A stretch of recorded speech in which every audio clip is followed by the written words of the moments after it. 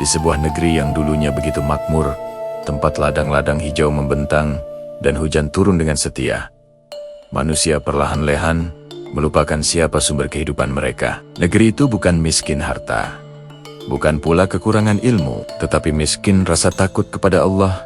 Di sanalah kisah Nabi Ilyas alaihissalam bermula, bukan sebagai sebuah dongeng, tetapi sebagai peringatan yang terus berulang dalam sejarah manusia. Bani Israel, kaum yang telah berkali-kali diselamatkan, kembali terperosok ke dalam lubang kesesatan yang sama. Tauhid yang dahulu menjadi cahaya penuntun, kini digantikan oleh patung-patung bisu. Yang paling diagungkan adalah sebuah berhala bernama Baal. Mereka meyakini Baal sebagai penguasa kesuburan, pengendali hujan, dan sumber kehidupan. Mereka menyembelih hewan persembahan untuknya, menundukkan kepala di hadapannya, dan menggantungkan seluruh harapan pada sesuatu yang tak pernah bisa mendengar. Dalam kondisi inilah, Allah mengutus Nabi Ilyas alaihissalam. Ia tidak datang membawa ancaman duniawi, tidak pula datang dengan keajaiban yang memaksa manusia untuk tunduk secara membabi buta. Ia datang membawa risalah yang begitu sederhana, namun mampu mengguncang fondasi keyakinan palsu mereka, yaitu, kembalilah kepada Allah, Tuhan yang Maha Esa. Nabi Ilyas berdiri tegap di tengah kaumnya, sendirian secara jumlah, tetapi tidak pernah sendirian secara iman. Dengan suara yang tegas namun penuh kasih, ia berkata kepada mereka, "Mengapa kamu tidak bertakwa?"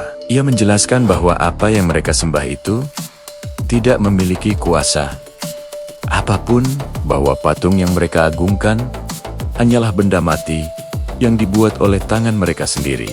Ia tidak mendengar doa, tidak mampu menurunkan hujan, tidak bisa memberi hidup, apalagi menahan kematian. Ia mengajak mereka berpikir, patutkah kamu menyembah Baal, dan kamu tinggalkan Sabokbek Pencipta, yaitu Allah Tuhanmu, dan Tuhan Bapek Bopokmu yang terdahulu. Namun, kata-kata kebenaran itu ternyata menyentuh kepentingan yang terlalu dalam. Para pemuka agama Baal merasa terancam eksistensinya. Para penguasa takut kehilangan kendali atas rakyatnya. Kebenaran yang dibawa Nabi Ilyas tidak ditolak karena tidak masuk akal, tetapi karena ia berpotensi meruntuhkan struktur kekuasaan dan kenyamanan mereka. Maka, Nabi Ilyas pun dicemooh. Ia dituduh sebagai pemecah belah persatuan, disebut sebagai pembawa kesialan bagi negeri itu. Kaumnya berkata, "Apakah engkau datang untuk membuat kami meninggalkan apa yang telah kami warisi dari nenek moyang kami?" Pertanyaan itu bukan tentang mencari kebenaran, melainkan tentang mempertahankan kenyamanan tradisi.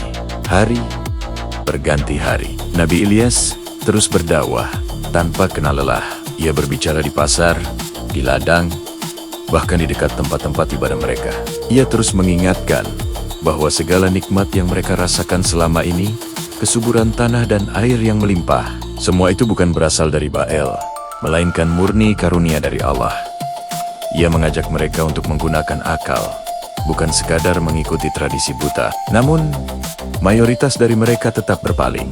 Ketika peringatan demi peringatan hanya dianggap angin lalu, maka datanglah masa ujian yang sesungguhnya. Langit yang dahulu biru dan pemurah, perlahan-lahan tertutup rapat. Awan yang biasa berarak, kini menghilang tanpa jejak. Hujan berhenti turun. Minggu-minggu kering berubah menjadi bulan-bulan yang gersang. Bulan-bulan itu lalu berubah menjadi tahun-tahun yang penuh penderitaan. Tanah yang subur mulai mengeras dan retak. Tanaman yang hijau menguning lalu mati. Sungai-sungai yang mengalir deras kini menyusut menjadi aliran kecil, lalu kering kerontang. Hewan-hewan ternak mereka roboh satu persatu karena kehausan dan kelaparan. Bencana kelaparan tidak datang dengan suara gemuruh, melainkan dengan langkah pelan yang menghantui setiap rumah, setiap keluarga. Anehnya, di tengah penderitaan yang begitu hebat itu, berhala Baal tetap saja disembah. Persembahan tetap diberikan kepadanya, mungkin dengan harapan yang lebih besar. Doa-doa terus dipanjatkan di hadapannya, namun langit tetap bisu. Patung itu tetap diam membeku, tak mampu berbuat apa-apa. Nabi Ilyas melihat dengan mata kepalanya sendiri bagaimana kaumnya menderita. Namun, hatinya tidak bersorak gembira atas azab itu. Hatinya justru berduka. Ia tetap mengajak mereka, tetap membuka pintu taubat selebar-lebarnya. Ia mengingatkan bahwa Allah itu Maha Pengampun, lagi Maha Penyayang. Selama manusia mau kembali kepo dunia dengan tulus. Di tengah keputusasaan itu, sebagian kecil dari mereka mulai ragu. Mereka mulai bertanya dalam hati, jika Baal benar-benar berkuasa atas kesuburan dan hujan, mengapa ia membiarkan kita binasa seperti ini? Namun, suara keraguan itu dengan cepat tenggelam oleh ketakutan dan tekanan dari para pemuka kaum yang kepentingannya terancam. 3 tahun masa kekeringan menjadi saksi nyata betapa rapuhnya sebuah keyakinan yang tidak berdasar pada wahyu ilahi. Ketika perut sudah benar-benar lapar dan tenggorokan kering, manusia mulai jujur pada dirinya sendiri. Mereka sadar bahwa berhala mereka tidak berdaya. Akhirnya, mereka mendatangi Nabi Ilyas, memohon agar ia berdoa kepada Tuhannya untuk menurunkan hujan. Disinilah Allah menunjukkan bahwa kekuasaan absolut hanya miliknya. Ketika Nabi Ilyas alaihissalam mengangkat tangan dan berdoa, awan-awan hitam mulai berkumpul di langit yang tadinya cerah. Tak lama kemudian, hujan pun turun dengan derasnya. Tanah yang mati kembali hidup. Ladang yang kering kembali menghijau. Sebuah bukti yang berdiri begitu jelas, tanpa perantara patung, tanpa ritual berhala yang sia-sia. Namun, kita harus ingat, bahkan sebuah mukjizat yang nyata, sekalipun tidak selalu mampu melunakkan hati yang telah membatu. Sebagian kaumnya memang beriman, tetapi sebagian besar lainnya tetap menolak. Rasa malu karena keyakinan mereka terbukti salah kini berubah menjadi kemarahan dan kebencian. Mereka justru berencana untuk menangkap dan menyakiti Nabi Ilyas. Keselamatannya terancam, bukan karena ia berbuat salah, tetapi karena ia membawa kebenaran yang tidak mereka sukai. Dalam kesunyian, atas perintah Allah, Nabi Ilyas berpindah dari satu tempat ke tempat lain untuk menyelamatkan diri. Namun, dakwahnya tidak pernah berhenti. Meskipun kini dilakukan tanpa sorak-sorai massa, ia terus mengajarkan iman kepada mereka yang masih memiliki hati yang mau menerima. Ia menyiapkan generasi penerus agar risalah tauhid ini tidak terputus. Di antara mereka yang ia bimbing adalah seorang pemuda saleh yang kelak kita kenal sebagai Nabi Ilyas alaihissalam. Beliaulah yang nantinya akan melanjutkan perjuangan dakwah di tengah umat yang sama kerasnya. Kisah Nabi Ilyas bukanlah kisah tentang kemenangan yang instan.